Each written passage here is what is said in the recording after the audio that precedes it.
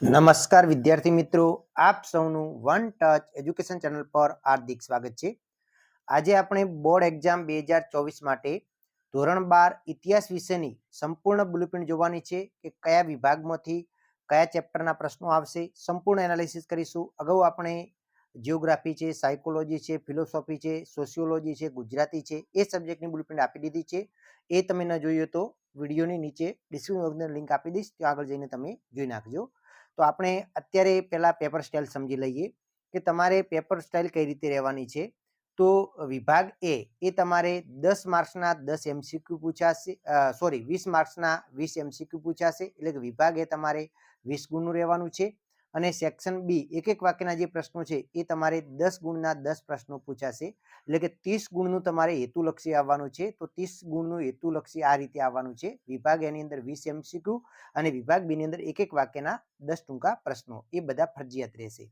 હવે section C ની વાત કરીએ તો સેક્શન સી ની અંદર 2 ગુણના પ્રશ્નો પૂછાય છે, જેની અંદર કુલ પ્રશ્નો તમને 14 આપેલા હશે અને તેમાંથી તમારે કોઈ પણ 10 લખવાના છે, એટલે કે જનરલ વિકલ્પ છે, કોઈ પણ તમને જે આવડે એ 10 લખવાના છે। અને સેક્શન સી નો ગુણભાર 20 ગુણ છે।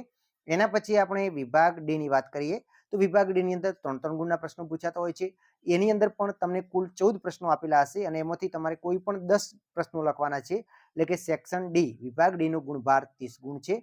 અને એના પછી સેક્શન એ એટલે કે મોટા પ્રશ્નો જે છે 5 ગુણના સવિસ્તાર પ્રશ્નો, એ તમારે કુલ 6 આપેલા હશે અને એમાંથી તમારે કોઈ પણ 4 લખવાના છે, એટલે કે એનો ગુણભાર થાય છે 20 ગુણ। આવી રીતે તમારે 100 ગુણનું પેપર હશે લખવાનું, બરાબર। કુલ 130 ગુણનું પૂછવાનું છે। હવે આપણે ચેપ્ટર વાઇઝ જોઈએ તો વિભાગ એની અંદર એટલે આપણે એક એક ચેપ્ટર પકડવાનું છે અને વ્યવસ્થિત તમને છેલ્લે વિડીયો જોશો એટલે સંપૂર્ણ ખ્યાલ આવી જશે, ધ્યાનથી તમારે જોવાનું છે। ચેપ્ટર 1 ની વાત કરીએ તો ચેપ્ટર 1 ની અંદર 2 એમસીક્યુ પૂછાશે, એક એક વાક્યનો એક પ્રશ્ન પૂછાશે અને 3 ગુણનો એક પ્રશ્ન પૂછાશે। આવી રીતે એનો ગુણભાર થાય છે 6 ગુણ। કેટલા ગુણનો થાય છે? 6 ગુણ, એટલે કે 3 ગુણનો એક પ્રશ્ન, 2 એમસીક્યુ 5 અને 1 ગુણનો એક પ્રશ્ન, આમ એનો અંદરથી તમારે 6 ગુણનું પૂછાશે। એવી રીતે ચેપ્ટર 2 ની વાત કરીએ તો ચેપ્ટર 2 ની અંદર પણ 2 એમસીક્યુ પૂછાય છે, એક એક વાક્યનો વિભાગ 2 ની અંદર એક પ્રશ્ન, 3 ગુણનો એક પ્રશ્ન, આમ એનો પણ ગુણભાર થાય છે 6 ગુણ। હવે ચેપ્ટર 3 ની વાત કરીએ તો એની અંદર 2 એમસીક્યુ પૂછાશે, એક ટૂંકો પ્રશ્ન પૂછાશે, 2 ગુણના એમાંથી 2 પ્રશ્નો પૂછાશે અને એનો ગુણભાર થાય છે જનરલ વિકલ્પ સાથે 9 ગુણ થવાનો છે। એના પછી આપણે ચેપ્ટર 4 ની વાત કરીએ તો ચેપ્ટર 4 માંથી પણ 2 એમસીક્યુ પૂછાશે, પછી એક એક વાક્યના 2 પ્રશ્નો પૂછાશે અને 2 ગુણના એમાંથી 2 પ્રશ્નો પૂછાશે, આમ એનો ગુણભાર થાય છે 8 ગુણ થવાનો છે। એના પછી જોઈએ ચેપ્ટર 5 ની વાત કરીએ તો ચેપ્ટર 5 ની અંદરથી 2 એમસીક્યુ પૂછાશે, ટૂંકો પ્રશ્ન એ વિભાગ 2 ની અંદર નહીં પૂછાય, 2 ગુણનો એક પ્રશ્ન પૂછાશે, 3 ગુણનો આમાંથી નહીં પૂછાય અને એક પ્રશ્ન 5 ગુણનો પૂછાશે, આમ એનો ગુણભાર છે 9 ગુણ। ચેપ્ટર 6 ની વાત કરીએ તો ચેપ્ટર 6 માંથી 2 એમસીક્યુ પૂછાશે, એક એક વાક્યનો એક પ્રશ્ન પૂછાશે, 2 ગુણનો આમાંથી નહીં પૂછાય, 3 ગુણના 2 પ્રશ્નો પૂછાશે, જ્યારે 5 ગુણનો આમાંથી નહીં પૂછાય, આનો ગુણભાર થાય છે 9 ગુણ। એના પછી ચેપ્ટર 7 ની વાત કરીએ તો એની અંદર પણ 2 એમસીક્યુ પૂછાશે, એક એક વાક્યનો એક પ્રશ્ન નહીં પૂછાય, 2 ગુણના 2 પ્રશ્ન પૂછાશે, 3 ગુણનો પ્રશ્ન નહીં પૂછાય, 5 ગુણનો એક પ્રશ્ન પૂછાશે અને આનો ગુણભાર થાય છે 11 ગુણ। કેટલો થાય છે? 11 ગુણ। એવી રીતે આપણે વાત કરીએ ચેપ્ટર 8 ની તો એની અંદરથી પણ 2 એમસીક્યુ પૂછાશે, વિભાગ 2 ની અંદર એક પણ પ્રશ્ન નહીં પૂછાય, 2 ગુણના 2 પ્રશ્નો પૂછાશે, 3 ગુણમાં એક પણ પ્રશ્ન નહીં પૂછાય અને 5 ગુણનો એક પ્રશ્ન પૂછાશે, આમ એનો પણ ગુણભાર થાય છે 8 ગુણ। એટલે ચેપ્ટર 7 અને ચેપ્ટર 8 છે એની અંદરથી તમારે 22 ગુણનું પૂછવાનું છે। એના પછી ચેપ્ટર 9 ની વાત કરીએ તો એની અંદરથી વિકલ્પ પણ નહીં પૂછાય, ટૂંકો પ્રશ્ન પણ નહીં પૂછાય, ફક્ત એક પૂછાશે 2 ગુણનો પ્રશ્ન અને એક પૂછાશે 5 ગુણનો પ્રશ્ન, આવી રીતે એનો ગુણભાર થાય છે 7 ગુણ। એના પછી ચેપ્ટર 10 ની વાત કરીએ તો એની અંદર 2 એમસીક્યુ પૂછાશે, એક એક વાક્યનો એક પ્રશ્ન પૂછાશે અને એક પ્રશ્ન પૂછાશે 3 ગુણનો, આવી રીતે એનો ગુણભાર થાય છે 6 ગુણ।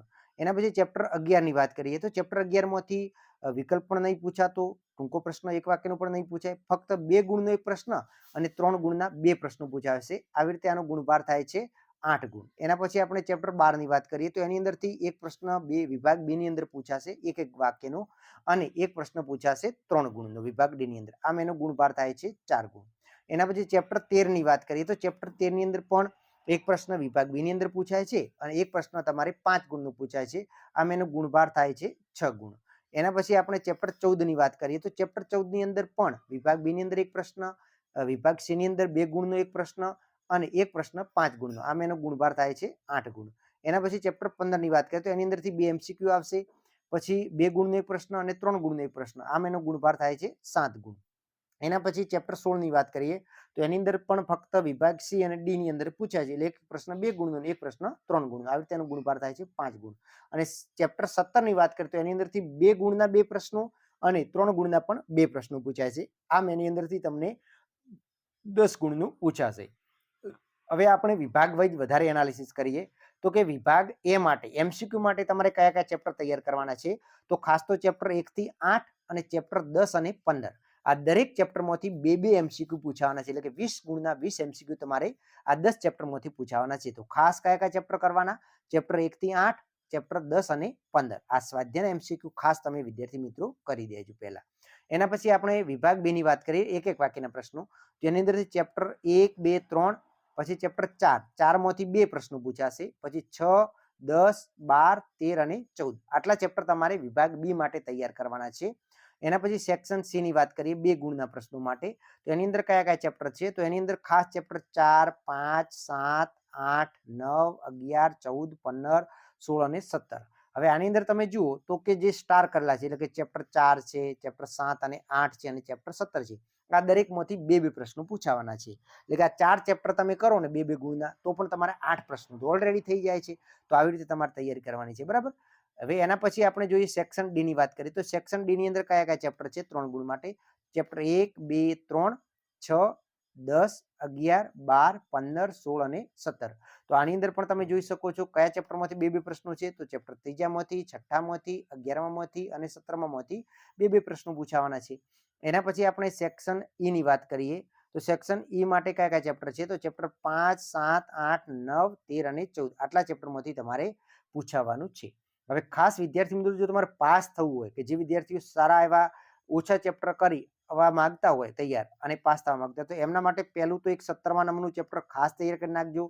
એના પછી તમે જુઓ તો એક છે ચેપ્ટર તમારે 11 ગુણના 2, 7 અને 8 એટલે કે કેટલા ગુણ થઈ ગયા, તો આ તમારે 32 ગુણ તો આની અંદર થઈ ગયા 3 ચેપ્ટર કરવાથી. અને પછી તમારે કોઈ પણ એક 9 ગુણ વાળો જે ચેપ્ટર છે, ચેપ્ટર 3 તમે પકડી શકો છો, ચેપ્ટર 5, ચેપ્ટર 6, તમને જે યોગ્ય લાગે એ ચેપ્ટર 4 ચેપ્ટર તમે તૈયાર કરી નાખજો તો પણ તમારે 40 ગુણનું ઇઝીલી થઈ જશે. આઈ હોપ કે આ વિડીયો તમને પસંદ આવ્યો હોય, પસંદ આવ્યો તો લાઈક કરી નાખો અને આ વિડીયોને શેર કરો, અને હા ચેનલ તો અચૂક સબસ્ક્રાઇબ કરી નાખો.